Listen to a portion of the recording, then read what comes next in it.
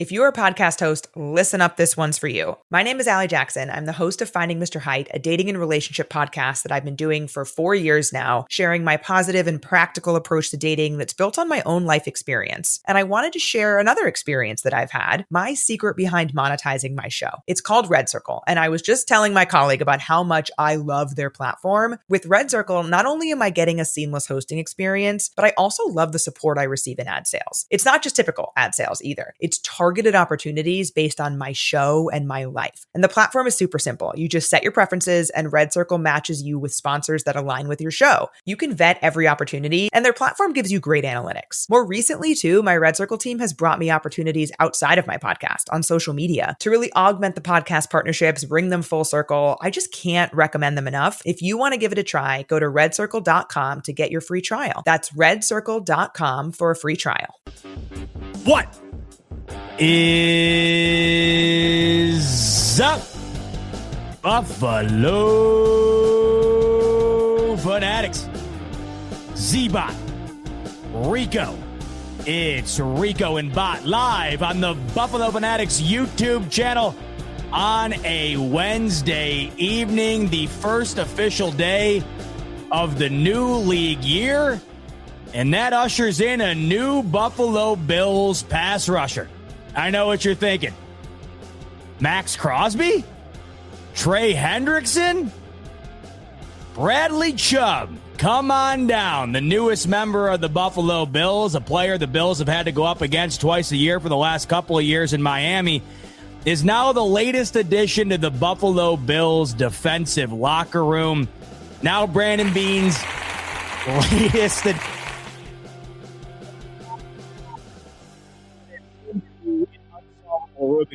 that is the edge rusher position in Buffalo. Rico, talk to me, baby. Well, it wasn't the guy that we thought we were going to get, because we can't say it wasn't the guy that Brandon Beane had on his list and he was supposed to get him. All we heard all pretty much week long was the Bills are going to be aggressive. So one can surmise that the first aggressive move was getting DJ Moore. Okay, check. We got that off the list. We got the receiver. But he said all the word was he's not done.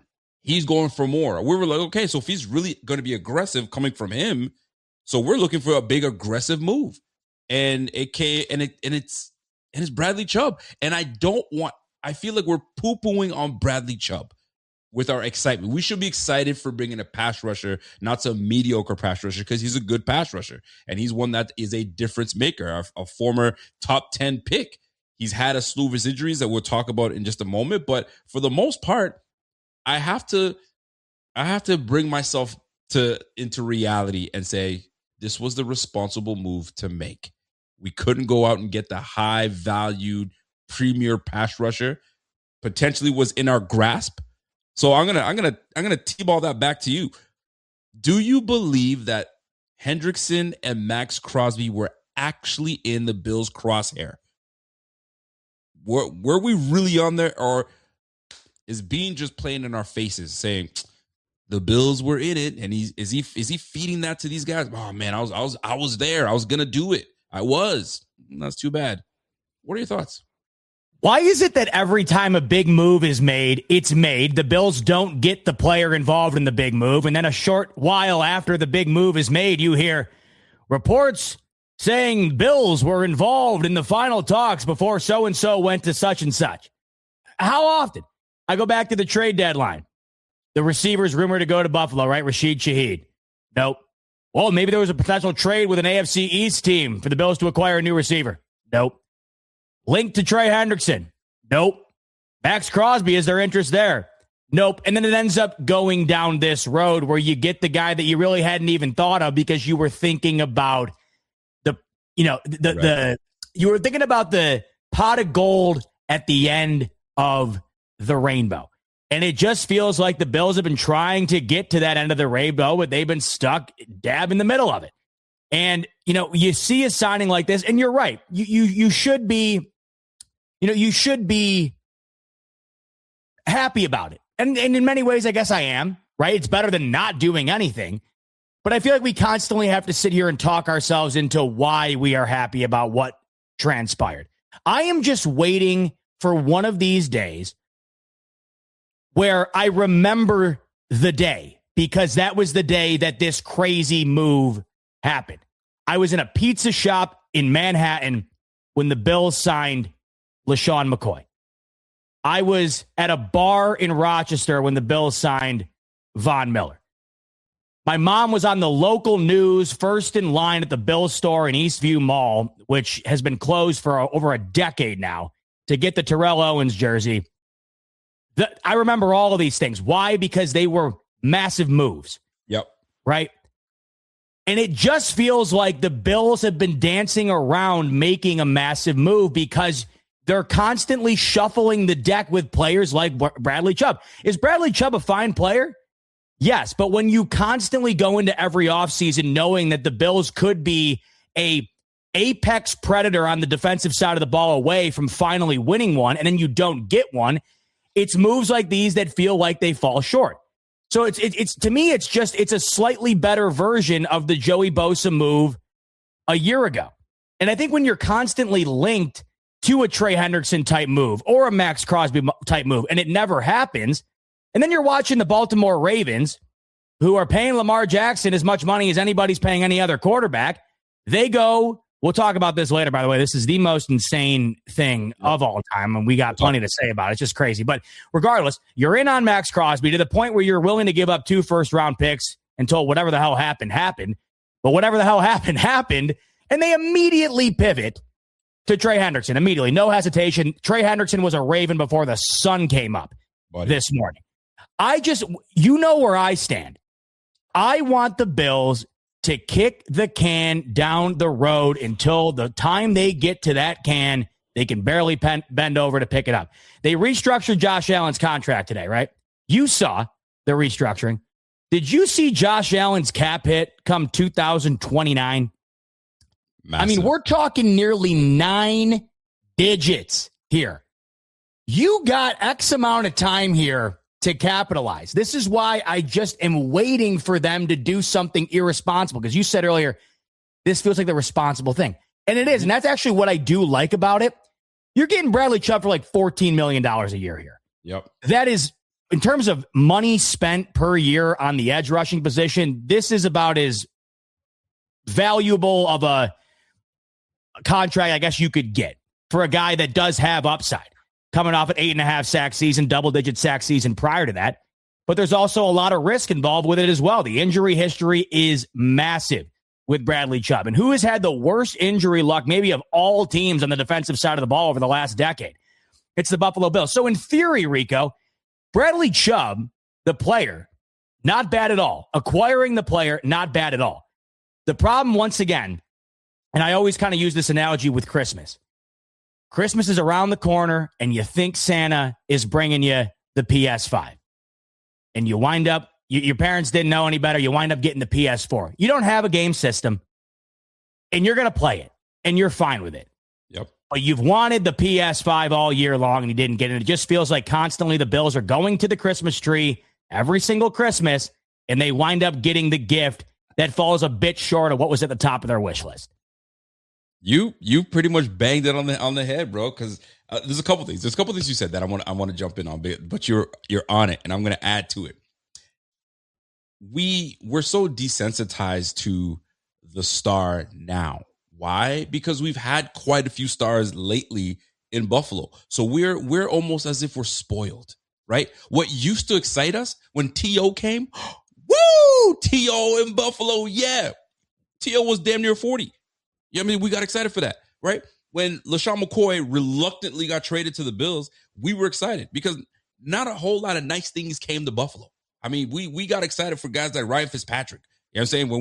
When we signed them, we're like, oh, at least we got ourselves a quarterback. Bro, so once we got Josh, and then we started getting then we got Stephon Diggs, and then we started becoming a good team, and we started getting guys to come to Buffalo. I mean, the biggest signing that I remember was Mario Williams. That was the biggest thing for me. I knew where I was. So now that we've been winning and we've got a star franchise quarterback, bro, we want the world, right? We got to be realistic at the same time. We can't have it all.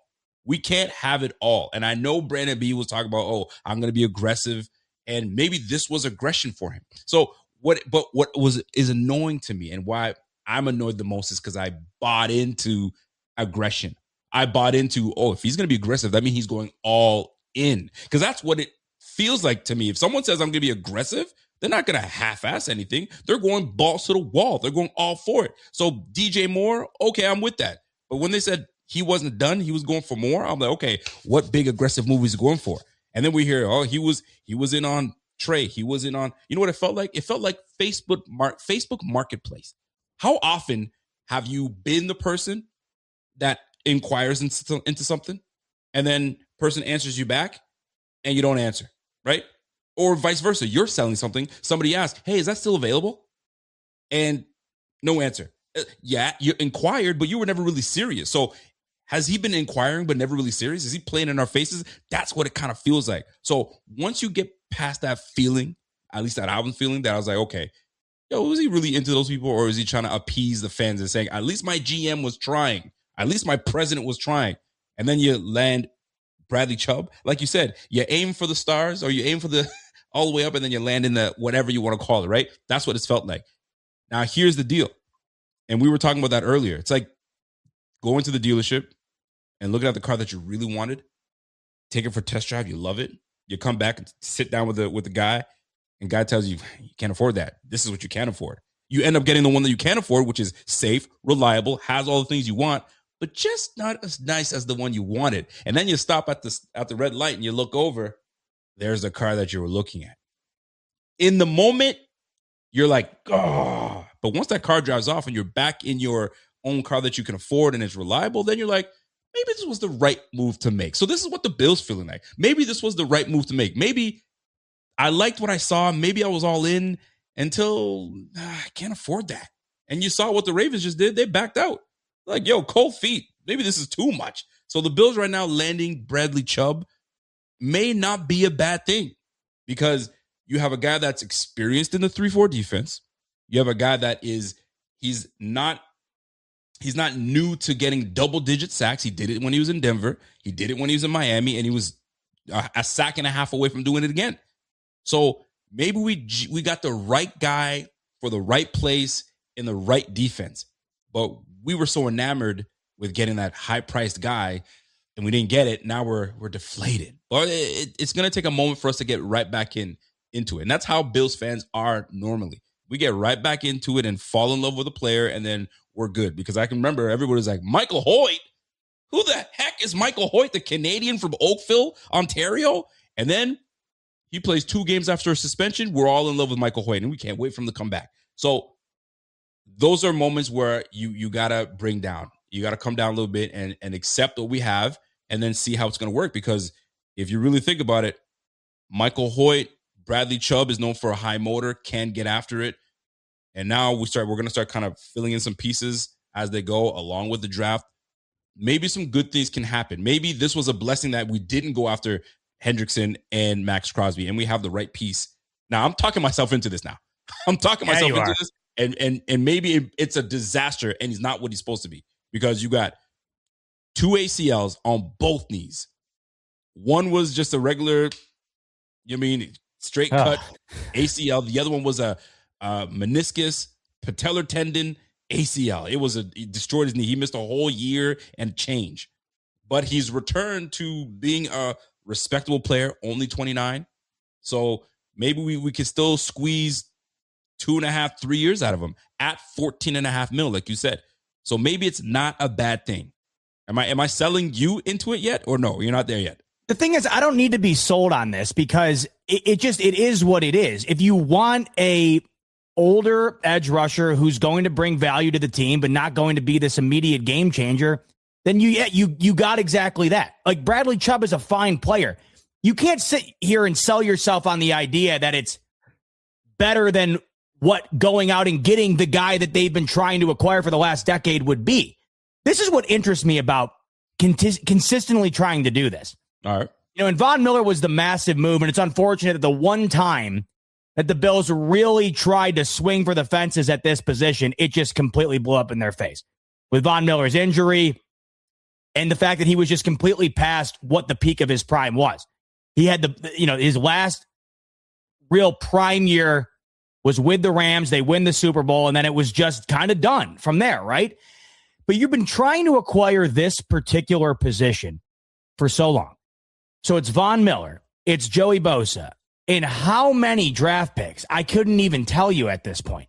I would just think after Sean McDermott gets fired, after consistently getting to the doorstep and not being able to knock down the door, with the amount of heat that Brandon Beane has taken over the last calendar year, wouldn't you think it would be time to just say, screw it? I'm going to go and just get the guy. I've been dancing around trying to do so for years now.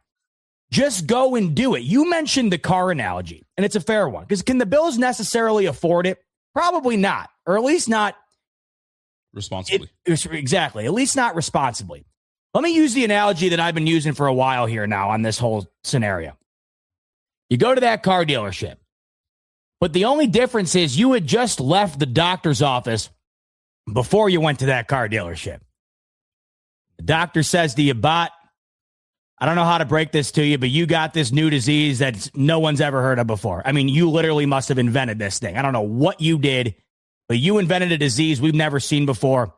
You got X amount of time left to live.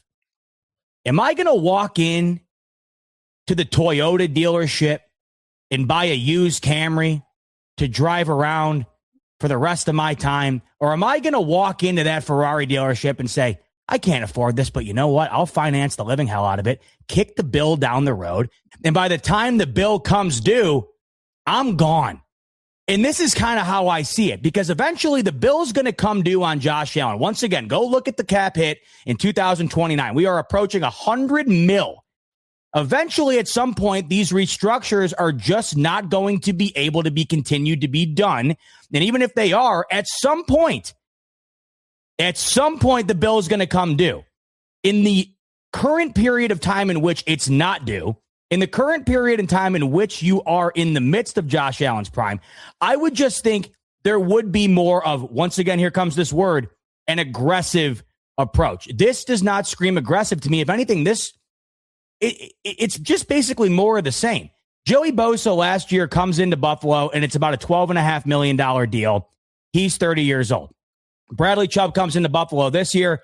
He'll be 30 by the time the season starts, $14.5 million. So once again, I'm not disparaging the player in Bradley Chubb because I think he's a solid player. The thing of it is that the Bills have been trying to find their game-changing defensive player, and they've been tiptoeing around it and just haven't done it. And you look across the league now, and now that Lamar Jackson has Trey Hendrickson, you've seen it'll be Lamar Jackson with Trey Hendrickson. Joe Burrow for a period, of course, had Trey Hendrickson. Patrick Mahomes has had Chris Jones. Dak Prescott for a long time, Micah Parsons. Now Jordan Love has Micah Parsons. You go to the Rams for the longest time, Matt Stafford. When they go and win the Super Bowl, you have Aaron Donald. It feels like a lot of these teams have their equivalent of their top-tier offensive player on the defensive side. The Bills have never had it. They've had a couple of splashes, right, where you've had an all-pro year from Trey White. You've had some splashes from a bunch of guys, right? I mean, obviously, you had one of the best safety tandems in the league for a while. But when we're talking about the D-line, the Bills have not had a game-altering player at that position, really not even close, Rico, throughout Josh Allen's entire time in Buffalo. Well, I'm going to push back on you on that because I don't necessarily believe that you need that star, that one guy that can get you, that you want him to get you over the hump, but it's not that one single guy that's going to do it. And I bring this up because you just saw the Seattle Seahawks win the whole thing. Could you name me that one guy on the defense that really gets you over? That was a unit. Like there was one guy making a play over here and one guy making a play over there. There was never that one guy that really got you over the hump. There's not many Aaron Donalds out there. There's not many, right? If you look at all the Super Bowl champs that have been, it's just been collectively guys just doing their job here and there. Even if you go to the Kansas City Chiefs, right? Chris Jones, some might say he's kind of been falling off. I don't believe so. But like, other than Chris Jones, like, was there anybody that really got, man, that was a collective way of winning it and Pat Mahomes being Pat Mahomes. So maybe Chubb is just the right piece that we need collectively with everybody else. Now, Bean ain't done. He hasn't sold Bills fans just yet. I want to see how he's going to fill the rest of the roster. However, I do feel what you're saying. Like, it's like almost like NBA Jam, right? You got to have your core 3-4 players that make that squad that could really pull you forward. So that Josh Allen being on the offensive side, maybe DJ Moore or James Cook, you could say are the two big pieces. Kincaid, whoever you want to use. On the Bills defensive side, this is where there's not a star. Now it's just going to have to be a unit that can put things together. And maybe Chubb might be that extra piece that kind of gets us there. Did we get the big sexy piece? No, we did not. But we also didn't mortgage the future like some folks might say, though the Ravens would have. And that's why they backed down, was like, let me think about this one because... Well, Rico, they backed out, but they immediately went and got Trey Henderson. Immediately. Because the deal, they didn't want to mortgage the future, so they got something that was just as good, right? So, well, I mean, they still gave him nearly $30 million a year. I mean, they're still dropping a bag off. If anything, you could say it was the smarter move. This is why they probably ended up doing it. They saved the 2 first-round draft picks. That's the thing here. Once again, it's like it's not a knock on Bradley Chubb because it's for what he is. He's a fine player. It's for what the Bills need. This revolutionary guy, I feel like it's just he would probably tell you at this point in his career, it's just he's not that. What is he going into? Year 8, year 9? So you're just same as Josh, year 9. Yeah, I forgot. He was drafted before Josh Allen in the 2018 draft, right? So, once again, how is this not just in one way or another? How is this just not Joey Bosa of last year? I mean, it's essentially the same. This is why I'm wondering, like, why didn't you just bring Joey Bosa back? Easy. I'm not going to let you disrespect Bradley Chubb and throw him in the same bag as Joey Bosa. I don't think this is a Joey Bosa 2.0. Joey Bosa was a pure experiment. Let's see how this works out. At least you have someone that has really done something in this game. The last couple years, listen, he had double-digit sacks just a couple years ago, right? In 23. Then he got hurt, came back, 8.5 sacks last year. So I'm not going to let you Joey Bosa Bradley Chubb. He's much better than that. I think he's going to be a fine player in the system. He's just not a sexy name like all the others. And I'll tell you right now, had he not blew his damn knee out, he'd probably be his rookie season had 14 sacks. The thing is, though, Rico, he did blow his knee out. And I got a stat for you here. And this is where, this is the other thing, too, you got to keep in mind here. Because I agree with you. Like, the numbers on paper, if he can come into Buffalo 8.5 to 11 sacks, like, you're already going to be leading in sacks on Buffalo. Like, I'm not knocking this. I want it to work out, of course. Like, obviously, every time the Bills go to the well here, I want it to be the move that works. There was an interesting stat in regard to what you're talking about, though, over on ESPN. And before and after the ACL tear, so Chubb's pass rush win rate was at 7.6% last year. It was triple that prior to his ACL tear back in 2023. Triple that at 21.4%. Yep. So I know, and this is the one other thing we constantly do. We have to. And you know what I'm going to say. It's 4 words. If he stays healthy. If he stays healthy. And I know you can say that about Crosby. I know you can say that about Hendrickson, but we're talking about what I find to be the guy that they've been after here. I'm hoping Bradley Chubb ends up being that. You get frustrated, Rico, when you watch the Packers do it, when you watch the Ravens do it, when you watch the Rams year in and year out get rid of draft picks and go and get proven guys to go out there and remain one of the best teams in the league and get to conference championships and win one. I just am at the point now where I guess I think all I want right now is just, even if it doesn't work out, I feel like I'm at the point now where I want to look back and say, man, like, how can you knock them? Because they were aggressive and they were all in. That's the thing. I don't get the vibe from moves like this, that is exactly what they're doing. And here's the thing. I used to fall for that. I don't want to say fall for it. I used to fall for it back in the day where if we didn't get this, I was disappointed. I've learned to, like, you know what?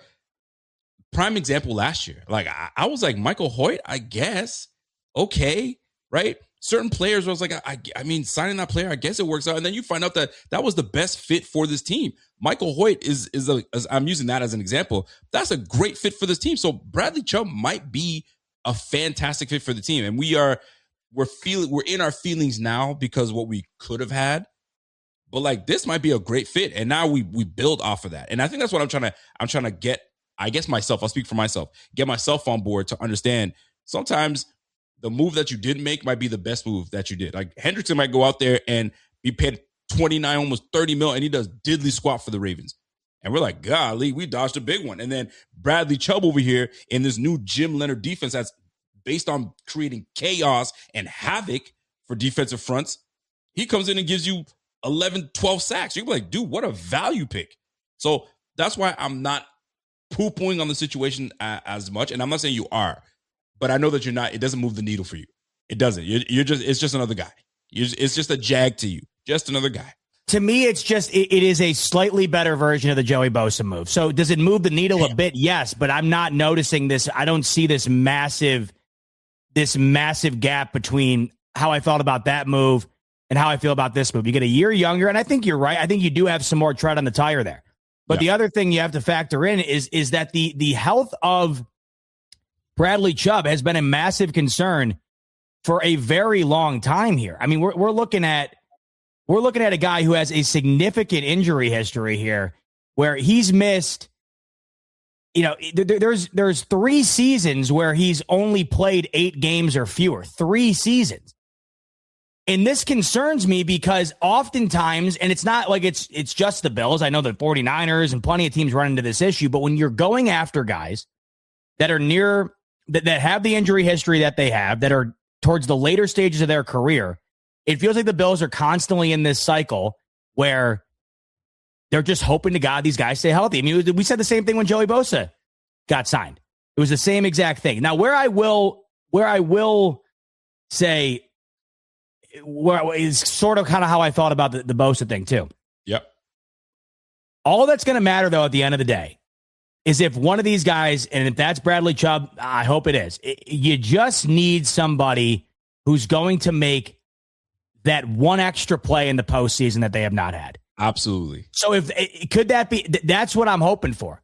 Like, once again, and I know you've said it. Like, there's no way that I'm not in on this, because I understand that should the Bills not go and make the massive move I'd like them to make, right? Then this is about as good as you're going to get on the contrary, right? But even if he's not somebody who's dominant in the regular season, the Bills have proved year in and year out they're going to do enough to get to the postseason. The Bills have not had the guy that alters a game in the postseason. So if that can be Bradley Chubb, I would absolutely love it. And I feel like Bean is constantly been trying to go and get guys that have proven that they're capable of doing that. It just hasn't panned out. And I really hope that this ends up being the guy that pans out and you look back and this looks like a steal when it's all said and done. Yeah. And this is the beauty of free agency. And Louis Riddick said it best, and I'm going to bring it back again. You won't win with the guys that you trade for or you sign until you start winning with the guys that you trade for or you signed. So it's all great and dandy. Like the Raiders signed all these players, they might be ass, you know what I mean, and win 3 games with all those guys, or they really propel and do well. The contending Super Bowl Patriots, right? They might go next year and not do well at all. I mean, who knows how this all shakes out at the end of the day? But you're right. When it comes to playoffs, because that's when it matters, who's going to be able to make the difference? And one thing that was encouraging with Bradley Chubb, knowing that he's got the injury history, which is in his past, he played all 17 games last year. Played all 17 games, 8.5 sacks. And his obviously things kind of took a turn for the worse when Jalen Phillips got traded to the Eagles. Double teams started going Chubb's way, and then it went down from there. So those things matter. So now you put him in a system that you got better players on the squad. So this may open him up, and he stands up in this 3-4. Bro, he's going to be standing up. He's going to be creating havoc. So I'm getting on board. It wasn't a sexy pick. It's not a sexy pick. It really isn't. The initial reaction when this happened was, oh, okay. But I also had my hopes somewhere else.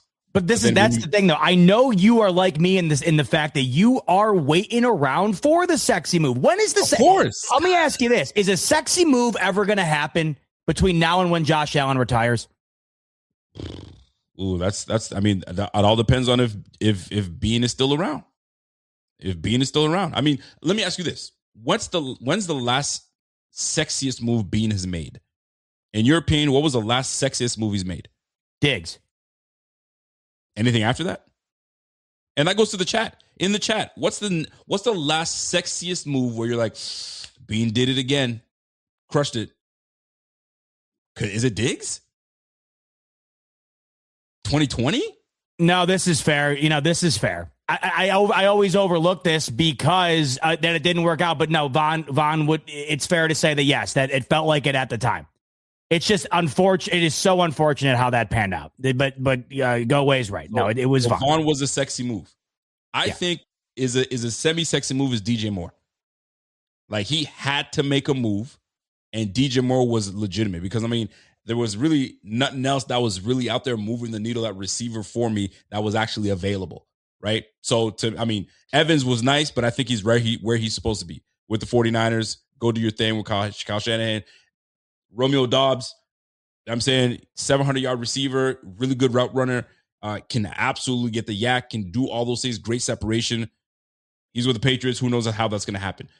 DJ Moore was a sexy move to me. So I think we need to get past this sexy move and really sustain the sexy. Because if you really think about it, we're a sexy team.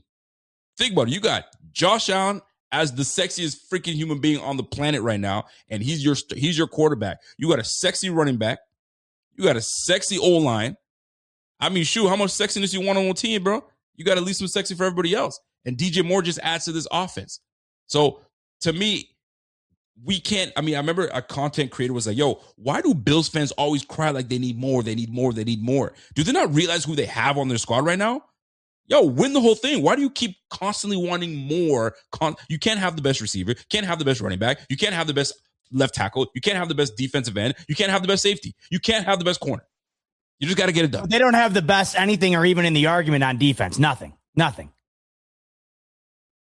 your sexiness is on offense. That's where your sexiness is. I mean, it is. But then again, we sit here every year. Where's the wide receiver? Where's the wide receiver? Where's the wide receiver? The sexiness is at quarterback. Remove the quarterback, and how sexy do the Buffalo Bills look? I mean, shoot, take any quarterback off a team. How sexy is the team? You can't do that. Sure, but are we inflating are we inflating the sex appeal of the Buffalo Bills simply based on one player? No, because that's the one player is what makes the team sexy. Hey, the Kansas City Chiefs ain't sexy. They're not in a sexy location, and they're not a sexy team without Pat Mahomes. Let's keep it a buck. They're not a sexy team without Andy Reid. You take those two suckers off the team, forget about it. You saw what the Chiefs looked like when Pat Mahomes got hurt. Straight booty cheeks, man. Of course. You feel me? So the sexiness that we want to go and get, sometimes, bro, the sexy is right there.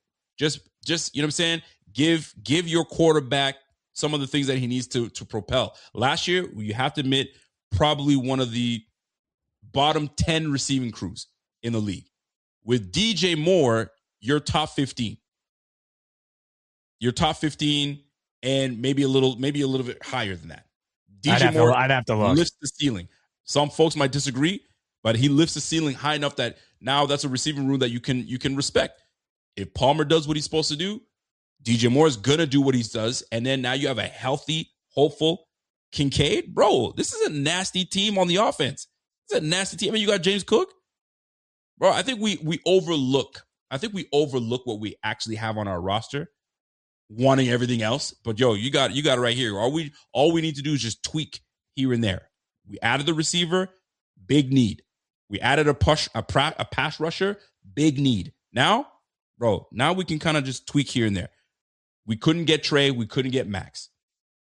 So be it. Boo-hoo. Quit crying, man. You still got Josh Allen. You know how many guys want Josh Allen on their squad? They would give up an arm and they'd get, bro, who you want? You want Max? You want Trey? Y'all give them all up. Give me your quarterback. We'll be like, nah, you keep what you got, man. We'll work around it. It's going to be like that. It's going to be like that. I mean, I'm not going to disagree with you that the Bills certainly do have sex appeal on offense. I'm not going to disagree with that. I mean, of course, in the league, baby. Here's my counter to that, though. They don't have anything on defense. That's the thing. And it's a year in and year out issue. Every single year. Like, I understand what you're saying. You can't have the best of everything. I get that. I absolutely get that. But the Bills haven't even been close on the defensive side of things. Yeah. In terms of having an argument for any of that. That's what I'm getting at. I'm not saying you have to have the steel curtain over there. But I am just saying that I would like to have at least one guy on the D where you're like, yeah, that is the guy that elevates the D from here to here. That's all, right? So that's where I'm getting at. I'm not gonna discount the fact that the Bills might have the best running back, the best quarterback. They did get DJ Moore, and I love that offensive line. I mean, don't get me wrong. This offense is the reason why we want to go and upgrade the defense in the first place, because you want it to match what the offense has been giving you. But my whole thing, to your point, is I understand you can't have the best of everything. But every single year, it just feels like the Bills are grasping at straws on defense. And it just feels like, yet again, it could be going down that road in 2026. And I don't blame you for that. I don't blame you for that. And who I'll blame a little bit is our GM. Because our GM has been, I don't want to say selling us a lie, because I don't want to quite put it that way, but when he talks about, okay, I hear you guys, I'm going to do this. And when he did the whole receiver thing and he stood on his business, I liked it at the time.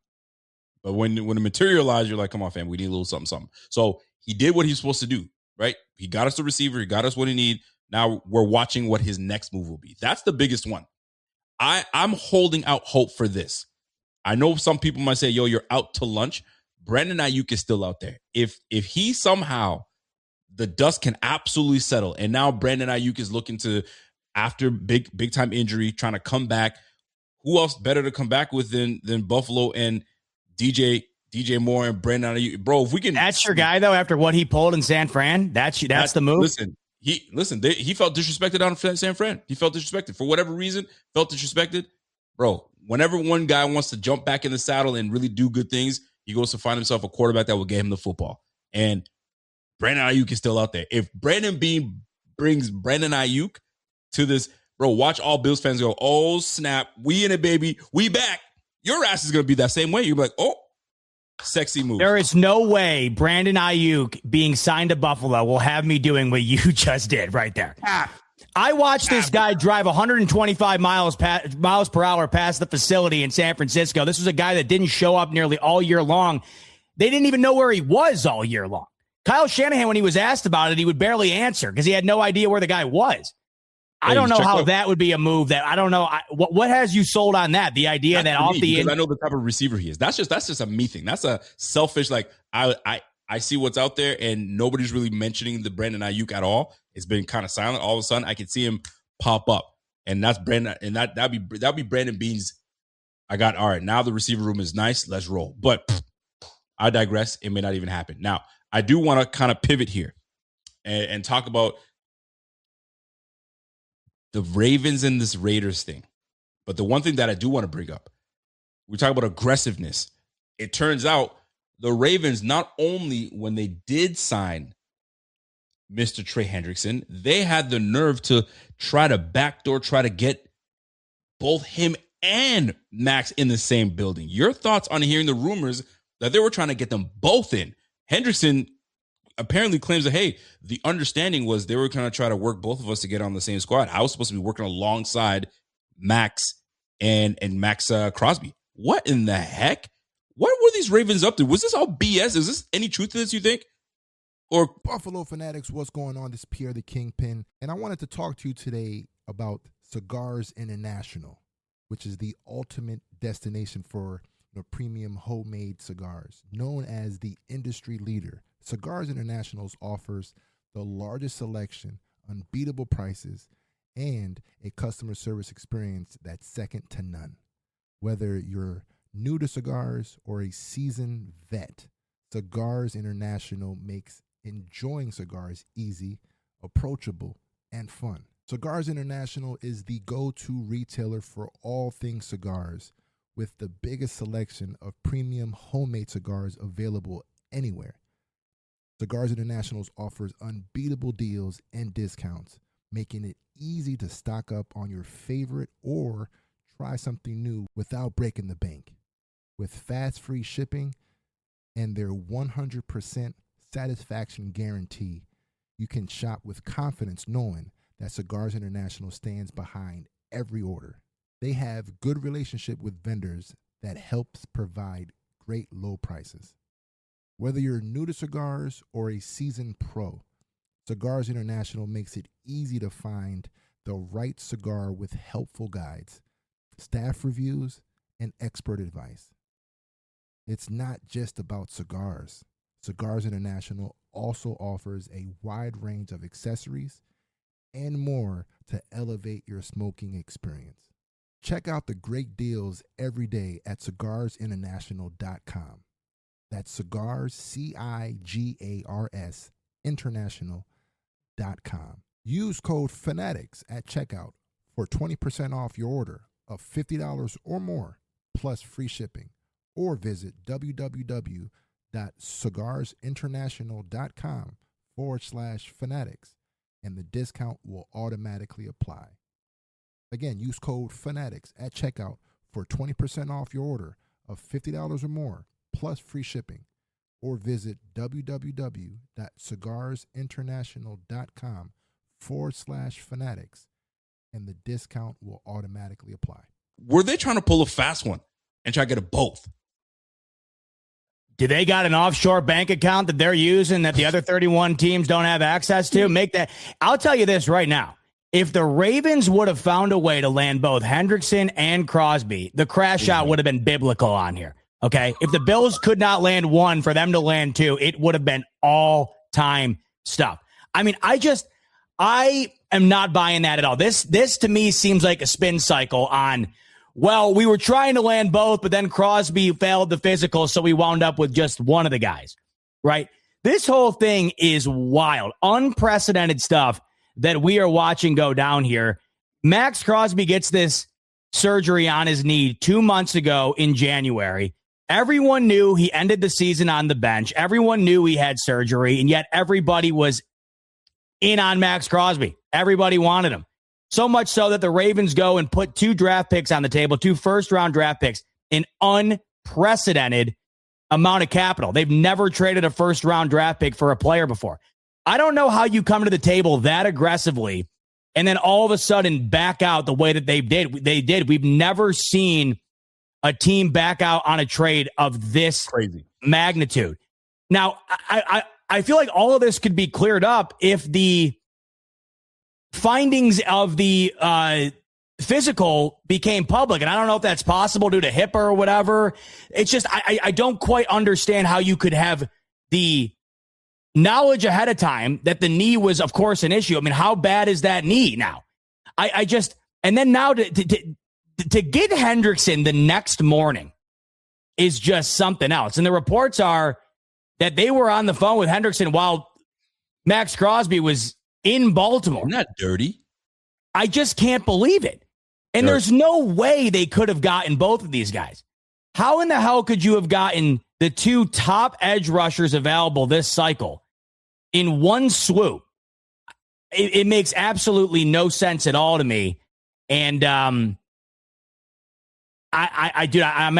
sort of at a loss for words watching this whole thing unfold. Then you see the GM of the Baltimore Ravens, Eric DeCosta, right? He finally commented on this whole thing, and he said he was gutted over it. That was the quote. He said he's gutted after the trade for Max Crosby did not go through. And I'm wondering if there was a call down from the top, whether that would be ownership or whatever, because I am not entirely sure how you can get this far along, days after. It wasn't even like it was one day after. We're talking days after.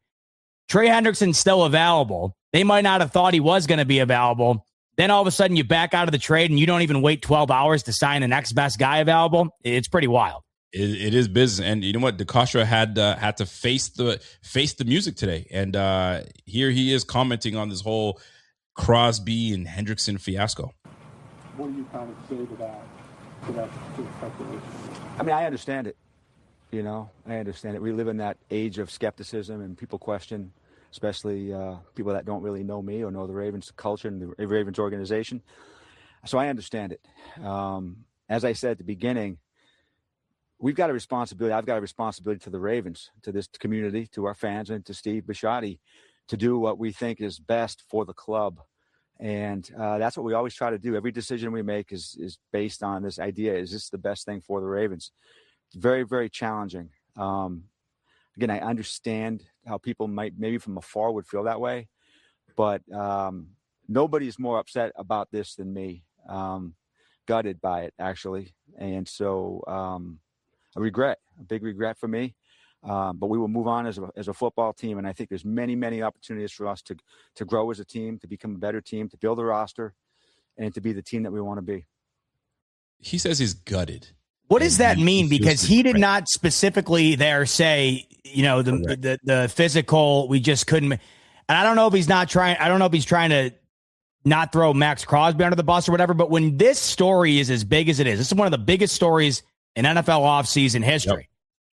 Yep. To not have a concrete reason really as to why, and then say you have to do what's best for the organization. Well, you could argue what's best for the organization would be not giving up 2 first-round draft picks to go and get the next best guy available for 0 draft picks and pay him similar to less money.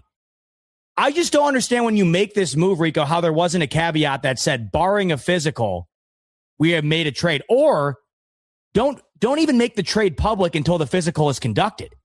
You made this massive headline, to then allow the Raiders to go out and spend gobs of money all over the place and then back out on it. And here's the other thing. If they had not assigned Hendrickson, I almost think you could overlook this. If they had not signed Hendrickson, you could look and say, maybe the injury was worse than it was. And the fact that Hendrickson was a Raven before the sun came up the following morning, that's what makes this whole thing look twice as crazy. It is pretty crazy, and right now the dust is settling a little bit more. And this is the thing, man. These acts, these little things that these GMs do, it doesn't just get forgotten. Now doing business with the Ravens, bro, people are gonna cross your arms like, what you gonna do? Nah, we're good, bro. You're just gonna renege on that anyway. Like that, and I'm not. This is not my saying here. You chose your draft picks over your reputation at the end of the day. And right now, your reputation is taking a big hit on what you did. All reporters, all GMs are talking about this. And they're saying, bro, this is a phony. This is a fake. All 32 teams, if you were interested in this individual, you had your doctors take a look at the same MRI. Can you deal with this? Is this as bad as you think it is? And more information came out.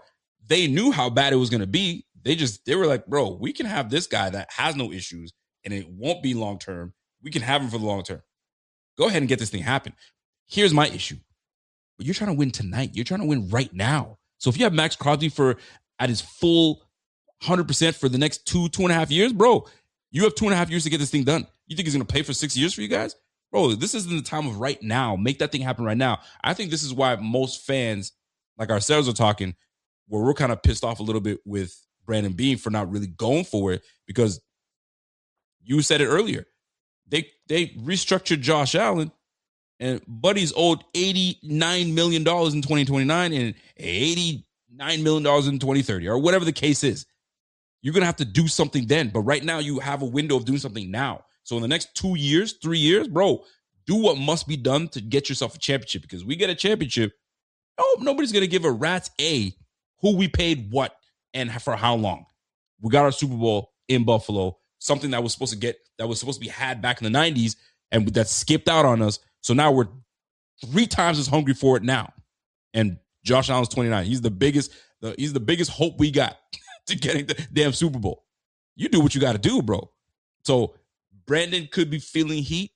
Maybe he's not. Maybe he ain't done. But the real now, I think the statement that I think most people are thinking now is, bro, what's your next move? Because now we're watching. We've been watching. Okay, DJ Moore, respect it. We're cool with it. Bradley Chubb, okay, we understand. He's got a bit of a pedigree to him. He's got some injury history. Okay, what's next? Because that's what we're waiting for. What's next? Because I don't think people are satisfied with what we've done thus far. Not horrible, very good, but not the way that we thought we needed it to be. So now we're waiting with bated breath. Okay, so what's the next move? There's not a whole lot left in free agency. Okay, now are we on to the draft yet? This is first day of free agency, for crying out loud. So we're gonna find out. We're gonna find out what our GM is about. Maybe he's got one more move left under his sleeve. We'll see. But I'll tell you right now, the window's open right now. You got to add as much people into that window as possible to get this damn championship. Don't be bargain beaning, bro. We're done with bargain bean, man. We need big baller bean. So we'll see if he shows up. But right now, he ain't doing too bad. The more I read about this, the more it seems like, whether it's a sell job or not, the more it seems like they're really trying to paint the picture that it was going to be both Chubb and Crosby should he have passed that physical. I want to know, what would you have done if that wound up becoming the reality? Because from what we're being told by, credible people, unless they're trying to save face for the Ravens, and I don't know, I mean, maybe they are. What would you have done, your reaction, if they get both? Because I feel like we sit here as Bills fans, if that happened, it wouldn't have just been me. I feel like the response from Bills fans would have been an all-time day on Twitter. All-time. If you talking about the Ravens were able to get both trades? Yeah, like say whatever they're trying to sell us here is actually the reality. Like say that this was really a thing, and if Crosby passes that physical, that today both Crosby and Hendrickson were a Raven. I like you said earlier, I don't think that would have been possible. I think what ended up happening was when they found out that Trey was still available, because Trey wasn't getting the number he wanted. So I think they were leveraging both players. And the fact that they were able to get that deal done soon, because they were the two top pass rushers in this game. So they anticipated, like we did, that Hendrickson's going to go somewhere. So at least we're going to get one of two. But when Hendrickson was still available and they're now hemming and hawing over Max Crosby, tough decision to say, bro, nice knowing you. That knee is going to be shot 2 years from now. So we'd rather take the guy that a little healthier. Might be a little older, but he's a little healthier. We'll take him, and we're familiar with him. We're going to grab him on the squad. Were they able to get both of them? I don't think that would have ever been possible. I just don't think so. So pipe dream. I think it's all nonsense. But at the end of the day, listen, they got their guy. They seem like this is going to work out. And Max Crosby's got it. And I feel bad for Max Crosby. That's what I feel bad for. Because not only, and I forgot who made this point. I think it was Chase Daniel of all people. You now have your wife talking about schools. Where am I going to live? I got to take these kids out. I got to start packing this stuff. They start doing all these things. Obviously, you're in your offseason, so you have time. But you start racking your brain on this stuff. You mentally leave one place. I'm sure you've left a job before where you quit a job. Imagine quitting a job that, bro, it's been toxic. It's not a good place for me. I'm about to get a fresh new start somewhere else. And then all of a sudden paperwork is not right. And now you got to go back to your old job and see your old employees and some new employees. Bro, your mental is not going to be all there. You're going to be he put out a 13-minute goodbye video to Las Vegas. I mean, This thing was done. It was over. What do you do with that? Do you archive that? Do you take it back and say, "Yo, I'm gonna hold on to it for another time"? Bro, it's a nasty, nasty business. It can be. And the guy now has to go back and rehab, do the same things, see the same faces, right? Tom Brady and his owner, and his medical staff guy, like, you know what I'm saying? Like Guerrero. He's got to go back to that. Fam, like, I know you've been there your whole career, but you already mentally checked out because you're going somewhere else. And now you got to mentally check back in. That takes some mental fortitude to get it back. But that's you're professional. So get back, get your knee back. Well, boy, are you going to be a pissed off individual. You're going to be a pissed off all-pro type DE. So maybe this might be the best thing that ever happened for the Raiders, man. They're not rescinding any contracts. They're keeping every single guy they brought on, plus they get max. Now they got, instead of having $67 million in the bank, they got 37. More than the Bills. So I think they're just fine. And if they keep him, great, and watch these guys soar. They might be a nasty-looking team. You just never know. Maybe things happen for a reason. And maybe if the NFL is if they're really about that life, you need to make Ravens v freaking Raiders somehow, some way. Try to make that in the schedule, because that needs to happen. That'll be blockbuster. Everybody's gonna be able to watch that. Everyone's gonna want to watch that. You really think they keep him? I think they might. I think they might keep him, unless somebody comes out and says, "I'll still give you 2 first-round picks." But then Dallas is out, Buffalo's out. Those are the guys that were in it. Unless the Rams come out of nowhere, but they ain't got no picks like that. So who's in? Unless the Chiefs say, "Hey, I want in," but I don't think they got nothing. I mean, I don't know. We'll see. I think they keep him. I think they honestly do keep him.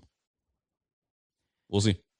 If they do, it'll be one of the more interesting storylines going into the year. I feel like they don't keep him. I feel like it might not happen soon. I feel like this could be more maybe of a draft timing of a trade, maybe summertime. I feel like they don't end up keeping him, just because I feel like you alluded to it earlier. Like, it was done. It was over. He wanted out.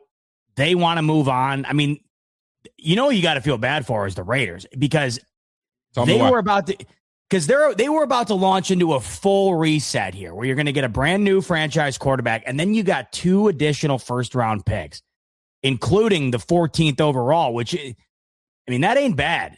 That was what they were getting this year from the Ravens. Then they go out, Linderbaum, restructure their linebacker room.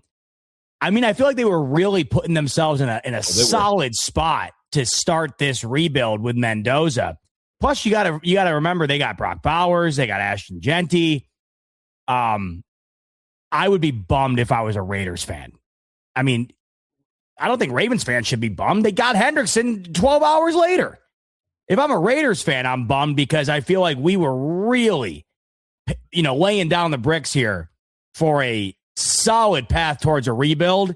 And this definitely throws a wrench into it for sure. You're not going to ever get what they just got from the Ravens that was rescinded. You're not wrong with that, by the way. Side note, who gets to keep number 2, by the way, the number 2? I tweeted it out. I want a wing eting contest. I want Chubb, Moore, and Bass. And I want him come out of that jersey. Or has he done enough in Buffalo to keep that number 2? Well, that's the thing. You could argue he's the only one who's been there. I feel like it's tough to go up to a guy who's been there and rip the jersey off for a guy who he's a kicker. I know, but it's not like, I mean, you didn't just sign Randy Moss. You know what I mean? I feel like if it's a quarterback, I feel like it's different. Or if it's like a top 5 guy.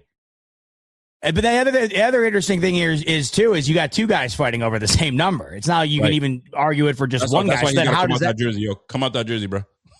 Bradley Chubb. I want to go back to the Chubb thing real quick, because I saw a comment that, where was it here? Aaron saying about, you're so negative. We couldn't afford anyone, and Max Crosby is hurt, so I don't see why you can't be a little excited about this move. I hope maybe it came across that way. I want to. No, this is the thing. It's not that I'm not excited. Like, am I more excited than if the Bills were to have done nothing here? Like, absolutely not. I feel like you are getting a guy that if he does stay healthy, there it is again, if he does stay healthy and he can match the production of the last couple of years, I think for the money, and this is where I gave it credit off the jump, I do think for the money, this was a really solid signing. I never knocked the signing. My whole angle on this is that it's a reminder that the Bills haven't gone and taken the big swing on D. That's all it is.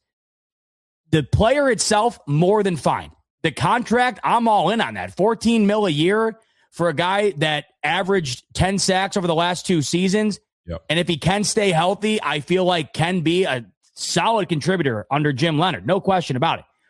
It's not that I'm not excited about Bradley Chubb, the guy, or what Bradley Chubb can be for Buffalo. It's more so of a reminder to me where I get frustrated. I feel like that every year we go into the offseason and you're watching one more year of Josh Allen's prime come around the corner. And I guess the best way to put this for me, Rico, and I don't know how you feel.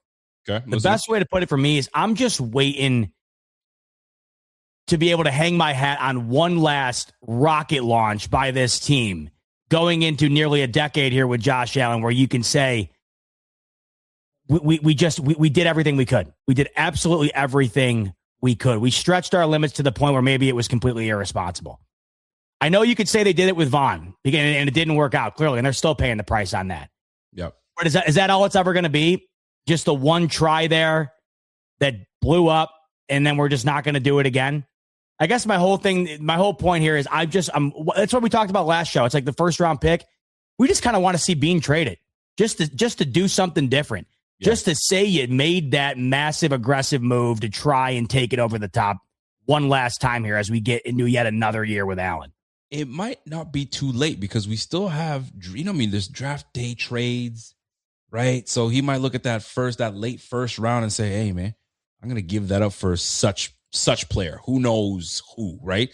So it's still in play, but the way Bean moves, he kind of somewhat predictable, somewhat. So the chances of him moving on from that first is probably highly unlikely. And we also know that he likes his draft picks. He likes his draft picks. I mean, you released Taron Johnson just to renege on that release and allow him to go and choose his destination and where he wants to go. just so you can swap 7th round pick with their 6th round pick, which gives you 40 spots higher. He likes his picks. So whether he's trying to do something or not, I mean, shoot, we'll see. We'll see whether he changes his spots. But yeah, I mean, what's the saying? A leopard never changes their spots or whatnot. He doesn't give me the opportunity. He doesn't give me the guy that will kind of get out of his comfort zone. I mean, he's no Harry Roseman. And the one thing he's not, and I'm glad you mentioned Howie Roseman, because the one other thing to keep in mind here is look at all of the contenders over the last several years and all of the major wow moves they've all made. The Rams just did yet another one, getting Trent McDuffie. Yep. I've lost count of how many the Eagles have done. I mean, I really couldn't even tell you how many they've done. The list is so long. You're watching what the Ravens obviously just did, what the Packers did with Micah Parsons handful of years ago, what the Niners did with Christian McCaffrey.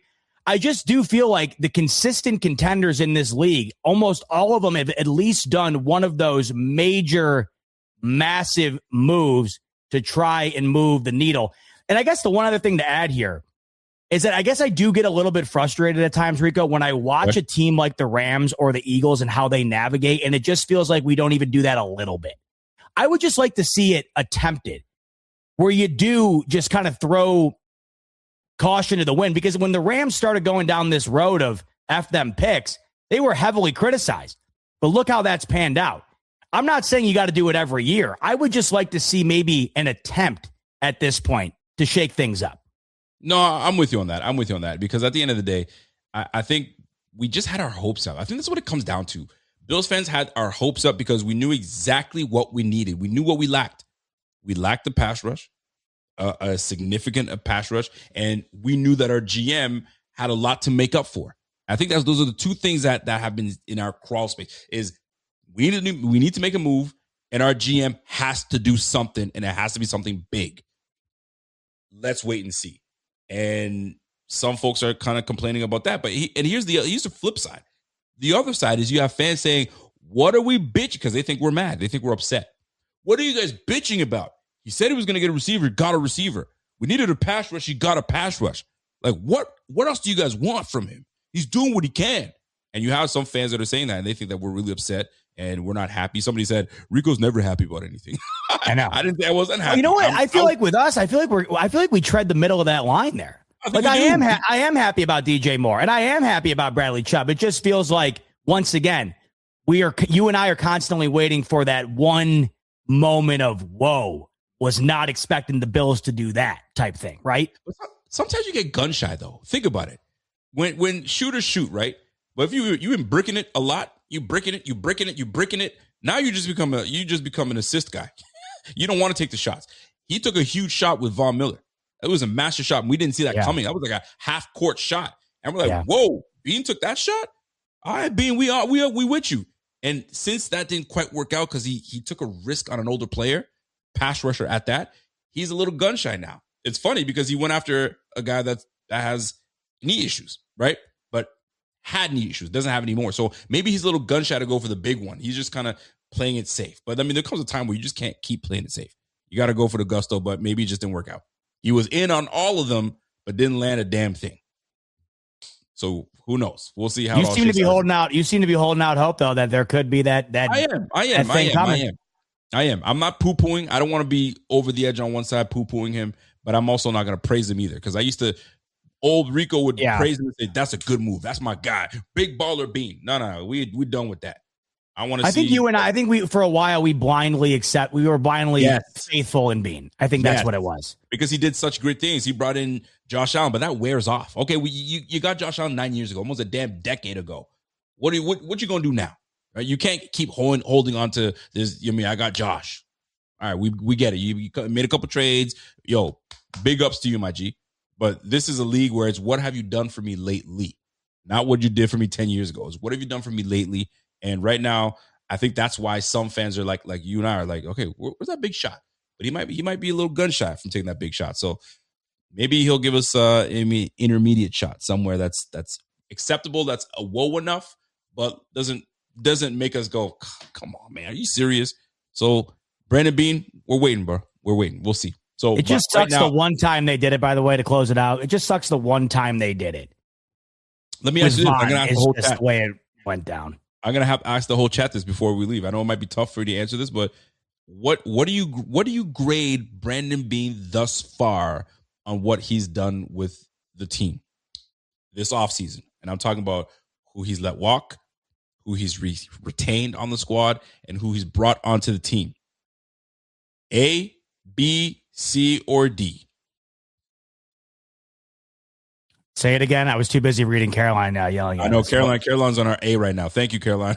What did you say? If you're grading Brandon Beane on the offseason moves, who he's retained, who he's let go, who he's traded for, everything he's done thus far. A, B, D, or C?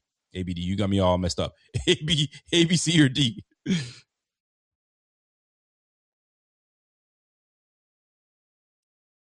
C+? And while you're thinking, B minus?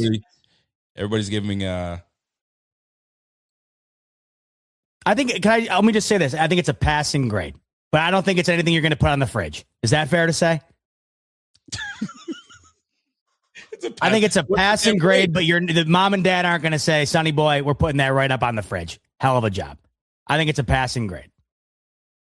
The other thing, too, is, this free agency period, it wasn't like there were all these names where you're like, oh, my God, the Bills got to have this guy and that guy and that guy and that guy. What it really boiled down to, you know what it boiled down to? Yeah. Our delusion, once again. Trading for Justin Jefferson and then Max Crosby and Trey Hendrickson. When all those things immediately become a fictional reality, then... What, though? That's exactly it. We put ourselves in a position that we thought we were like, he's going to get, this could be available, right? That's just, we fell for the nonsense. I create my own nonsense. This is the problem. I do it every single year. Well, maybe they'll do it. Maybe they'll do it. Yep. I think, I keep seeing B and C. I feel like a C+ to B- is like the perfect grade for this. All right. I mean, I'm with that. Let's go for super chats and let's call it a night. I got my man Aiden coming in and says, hey, Chubb, 3 years for $43 million. Hendrickson 4 for $112. I love the move. Found out the girlfriend that broke up with me the night we lost to Denver was cheating. Golly. Doesn't hurt anymore, though. Love y'all. Go Bills. Jeez, Aiden. Jeez. Yo, listen, Aiden, man. You deserve better. I'm glad you got it out of the way. You got it out of the way. Listen, let me tell you something, bro.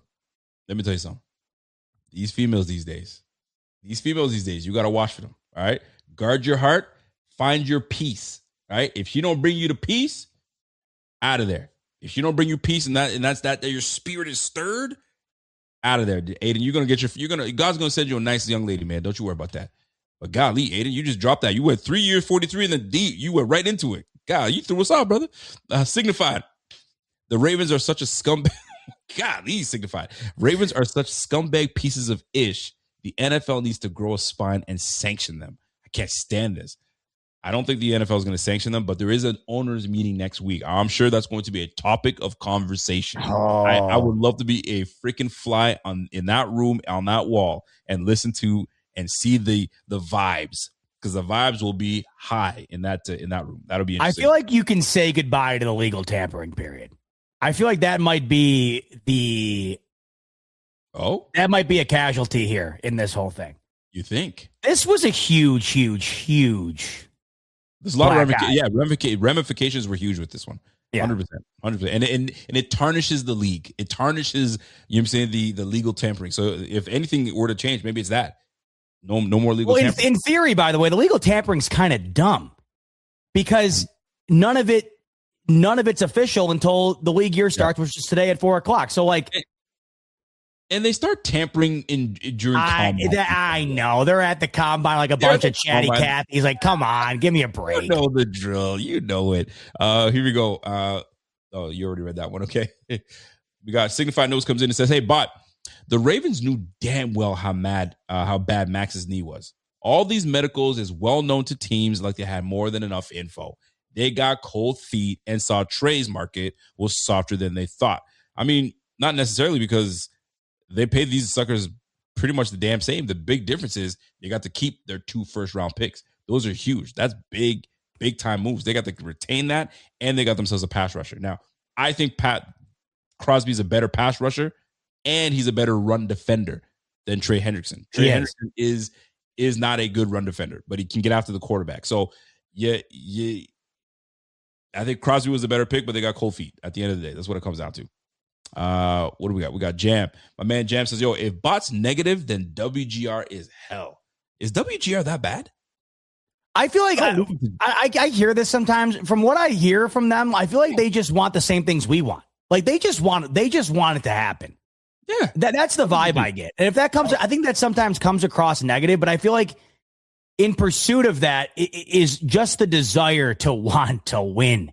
I mean, I think that's what it is. And I don't ever see any negativity rooted in just hating on the team ever. I really never see that. It's all rooted in, God, we just want to do what it takes. And I feel like sometimes things happen where you sit there and you're like, I'm not entirely sure if this is what it takes. I feel like a lot of times people wanting the best for the Bills can be misconstrued with negativity. I think that's what happens sometimes. I think so too. And we want to win. We just want to win. Just one. That's all we want. That's the thing. I'm not asking to be the Patriots or the Chiefs. I mean, give me one and I'll go back in my cave. I'll go. If you want to never hear me again, I'll go. I will disappear. Listen, if we win one, I will take a straight year off of content creation. Just let me bask in telling people, oh, I'm Super Bowl champs, baby. This ball cap I want on the side, Super Bowl champs. That's what I want. That's all I want. That's all I'm asking for. All right, I'll stop content creation. Golly, man. Richie comes in and says, yo, we don't have a Josh Allen on D. It's plain and simple. Oh, we know. We've been looking for it. We just can't find it. You can't. Listen, Josh Allen's 1-1, baby. He's 1-1. 1 of 1. My man Jam says, yo, the anxiety is starting to build up. I'm not going to lie. The Bills and Ravens both are going all in, and the Bills have neither the cap or draft capital to compete. But we got the better quarterback. And I will say I think the Bills are in a better position than the Ravens, though. I just hosted the AFC North roundtable earlier. Okay. My main man, Sam, who covers the Ravens, he feels if they're not able to reach a contract agreement with Lamar next year, this time, that it could be done over there. And on top of that, Lamar. They already did today, but they could have extended him, and he wasn't in on it. Oh, they just restructured. They didn't extend. No, it's just a restructuring. Well, that boy out. The franchise tag his ass. So I mean, shoot. Yeah, it's just gonna be what it be. Golly, I think he's gonna stay. I don't think I don't think he dips. But yeah, stranger things have happened. Bills are down 3 scores in the 3 quarters. Not going like, what? Nah, bro. I don't see it like that. We still good. Last but not least, we got our guy Richie comes in and says, hey, I don't buy the big 17 restructure for Bradley Chubb. Bradley's got a Chubb. If that's the big move, I don't know. Seems like something more has to come. Go Sabres, though. I mean, listen, this is just the first day of free agency. It's the first day. So the dust has absolutely settled. It's been very slow today. So maybe the Bills do have something up their sleeve. We'll see. Are you surprised by the contract? Trade. Whose contract? Are you surprised by the contract that Bradley Chubb got at $29 million guaranteed? Well, I think you factor in multiple ACL tears. You factor in a lengthy injury history. I do think, though, are you asking if I'm shocked at the value of it? Yeah, just like how much they gave him. I was like, okay. I mean, I guess it's a pretty decent, up to $52 million. I mean, he's not going to get that, but he's got 2 years pretty much with us. 15 million. Rico, I'm watching these contracts get delved out. Like seeing $14 million for a guy that has double-digit sack upside. This is why back once again. Oh man, I am in trouble. By the way, I got to, bro. Now that I'm already in trouble, I might as well ask this because I got yelled at a minute ago. I got yelled at on text a minute ago. So we'll close the show with this. How much does an oil change cost? Can the chat let me know, including yourself? How much do you pay for an oil change? Just the other day. My guy, I don't know, the funds, the Canadian, American funds. So my oil change on my Jetta cost me $80 all in. Okay. So that's 80 Canadian.